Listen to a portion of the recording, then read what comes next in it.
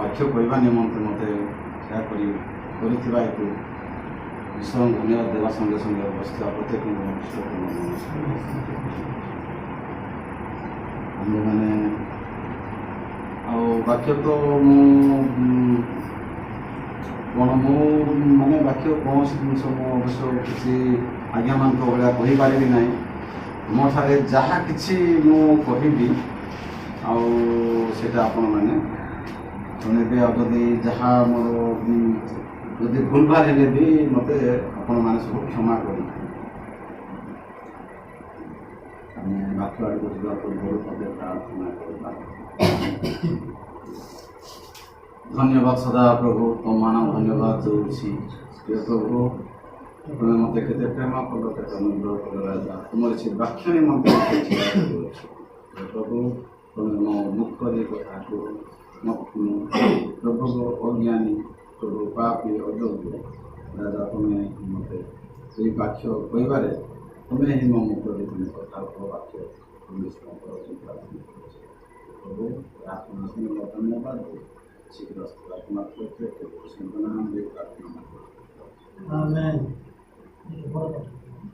Hallelujah. Hallelujah.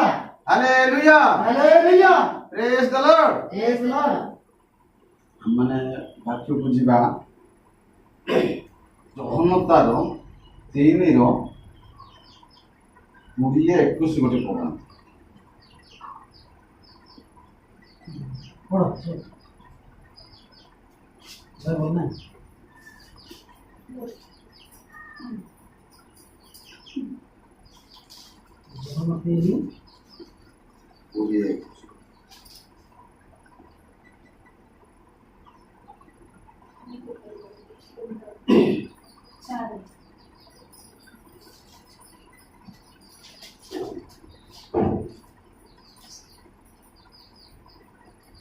ଆସତ ମାନେ ବାକ୍ୟ ଅଧ୍ୟୟନ କରିବା। ଏଥିରେ ଲେଖା ହେଇଛି ଯାହାର 3 ପର୍ବ 20 ପଦ 21 ପଦ। କାରଣ ଯେ କେହି କୁକର୍ମ କରେ, ଯେ ଜାତି କି ଘୃଣା କରେ, ପୁଣି କାଳେ ତାହାର କର୍ମର ଦୋଷ ପ୍ରକାଶିତ ହୁଏ, ଏଥିପାଇଁ ସେ ଜ୍ୟୋତି ନିକଟକୁ ଆସେ ନାହିଁ। କିନ୍ତୁ ଯେ କେହି ସତ୍ୟ ଆଚରଣ କରେ, ସେ ଜ୍ୟୋତି ନିକଟକୁ ଆସେ, ଯେପରି ତାହା କର୍ମ ସବୁ ଈଶ୍ୱରଙ୍କ ଠାରେ ସାଧିତ ବୋଲି ପ୍ରକାଶିତ ହୁଏ। ଏପରି ତ ପ୍ରତ୍ୟେକ ବୁଝିବାରେ ମୋତେ ସାହାଯ୍ୟ କରେ।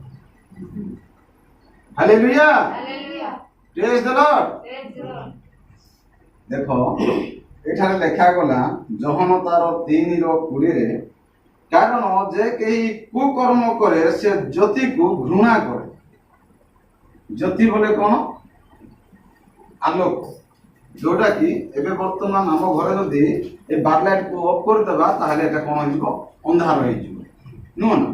ଯଦି ଅନ୍ଧାର ହେଇଗଲା ବୋଲେ ଏଠି ଯଦି ଆମର ଗୋଟେ ସୁନା ଗୋଟେ ଭରିଟେ ପଡ଼ିଛି, ଗୋଟେ ତୁଳାଟେ ସୁନା ପଡ଼ିଛି, ହେଲେ ଆମେ ଏଇଠି ବସିଛୁ ଗୋଟେ 50-60 ଜଣ ଏ ଚର୍ଚ୍ଚରେ ବସିଛୁ, ହେଲେ ସେ ସୁନାକୁ ଗୋଟେ 3-4 ଜଣ ଦେଖିଛନ୍ତି। ତଥାପି ଲାଇଟର ଥିବା ହେତୁ ସେ ସୁନାକୁ ଉଠେଇବା ପାଇଁ ସାହସ କାହାର ହଉନାହିଁ। ହେଲେ ସେଥିରେ କ'ଣ ହେଇଯିବ? ଲାଇଟ୍ ଅଫ୍ ହେଇଯିବ ଯେତେବେଳେ ସେ ସୁନାକୁ ଗୋଟେଇବା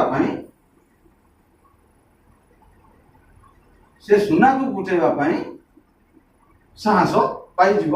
ଆଉ ଯିଏ ତାକୁ ଦେଖିଥିବ ଆଗରୁ ସେ ସୁନାକୁ ସେ କାଢ଼ିବ। ସେ କେତେବେଳେ ଦେଖିଲା?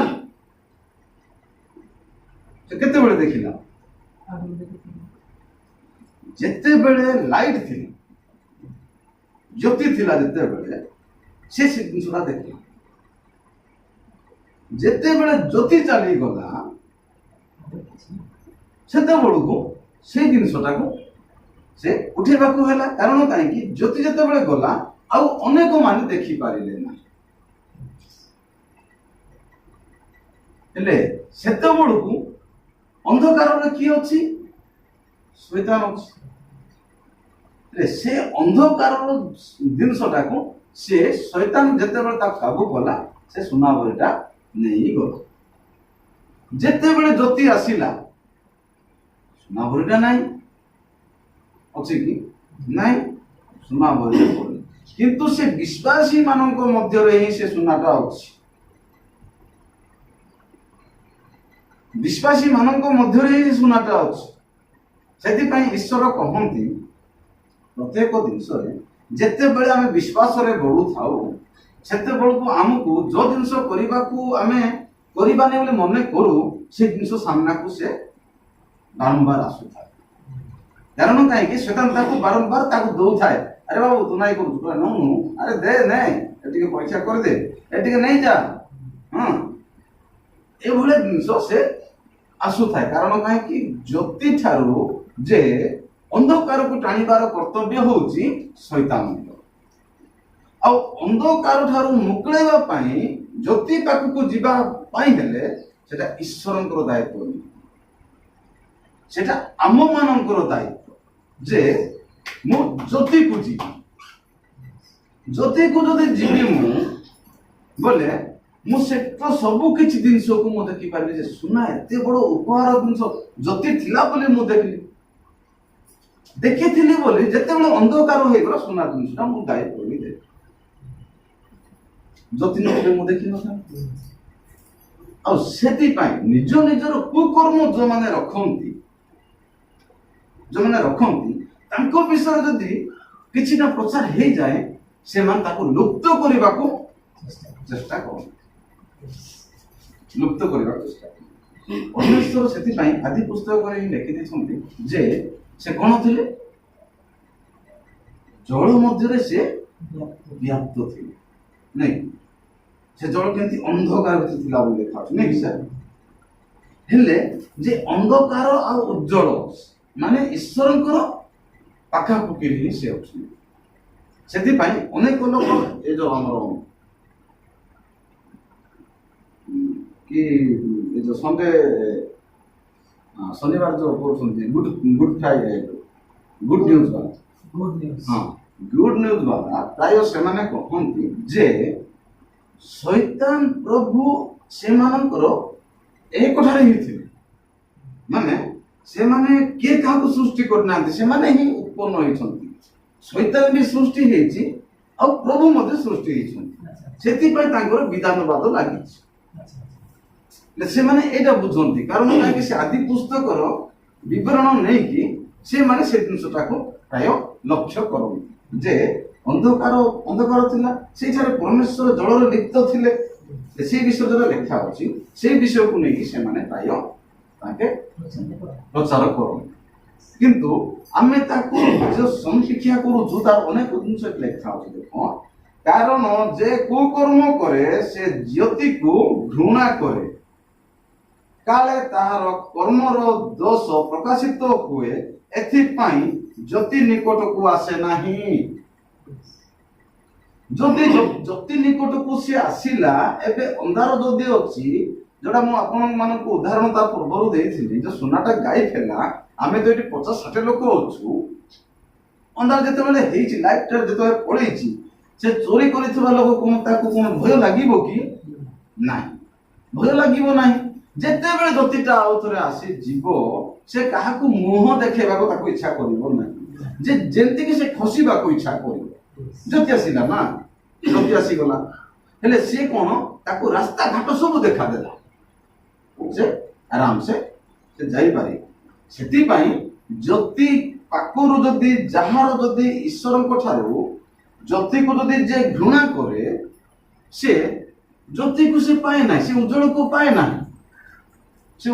ପାଏ ନାହିଁ, ସେଥିପାଇଁ ଦୋଷ ପ୍ରକାଶିତ ହୁଏ, ଏଥିପାଇଁ ସେ ଜ୍ୟୋତି ନିକଟକୁ ଆସେ ନାହିଁ।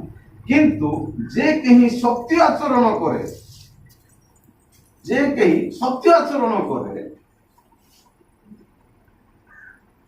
ସେ ଜ୍ୟୋତି ନିକଟକୁ ଆସେ, ଯେପରି ତାହାର କର୍ମ ସବୁ ଈଶ୍ୱରଙ୍କ ଠାରେ ସାଧିତ ପ୍ରକାଶିତ ହୁଏ। ଦେଖନ୍ତି, ଈଶ୍ୱରଙ୍କ ଠାରୁ ଯଦି ଆମେ ସାଧିତ ହେବା, ଯେ ଆମ ଠାରୁ ସେ ଜ୍ୟୋତିକୁ କେମିତି ପୁଣି ଉତ୍ପନ୍ନ କରିବାକୁ ପଡିବ, ହେଲେ ଉତ୍ପନ୍ନ ଆମେ କରିପାରୁଛୁ କି? आमे ज्योति को उत्पन्न करि पारुनु केंती देखो 21 रे लिखले किंतु जे जे केही सत्य आचरण करे एले सत्य आचरण भणी से गोटे ज्योति एरा समस्त को पक्षरे ठीक ना भूल सत्यटा प्रकृत रे ज्योति एरा ठीक जदि सत्यटा ताहले ज्योति बोली प्रकाशित हुए ले सत्य जे केते विश्वस्त नथिबा रहिबा दरकार हेले आमे कोन करू जे मने करो मते कि ओडे कहि देला रमा भाई आ तमे मार्केट गला परे मार्केट गला थारु हम पाई गोटे किलो टमाटर आनी दो हेले मु तार कथा को रक्षा करबा निमंते मु ताकू होंटे मारी देली हां होंटे मारी देली टमाटर किलो अछि केते 50 टका टमाटर किलो अछि 50 टका हेले गहडी हेइ छंती हेले मु नाही बोले कि हेले होय तो मो लाज भी जाई पारे जे कोन आज्ञा गोटे कहले 50 टका जिनिस गोटे आनबा पाई कि न टमाटर किलो मो कोन पैसा देई न कांती कि एहा भी भाबिबो बोली मु ता कथा को रक्षा करबा पे हो सार आनी देबी गली सत मार्केट गली टमाटर किलो पचारली 50 टका ला मो मुंड कोन हो गला हेले मोर भी सौदा आनबार अछि ना हेले मोर सौदा आनला ताको 50 टका किलो आनी दले ने मु कोन करबी ताको मिच्छ फांकीबा को बात न ना मिच्छ फांकीबा को ही पड़बो मते जे नाइ आज्ञा आउ एंती टमाटर एंती पुचका आइतिला कि नाइ सर मो माने भूली गली नाइ सर मोर पैसा हे पारला नाइ सर मोर को ठीक अछि जदि मोर ए घटना जोगु जे तांको घर जो रुसे हेबा पाई जो मते अपेक्षा करिथिबे जे मते के जण कहले टमाटो पाई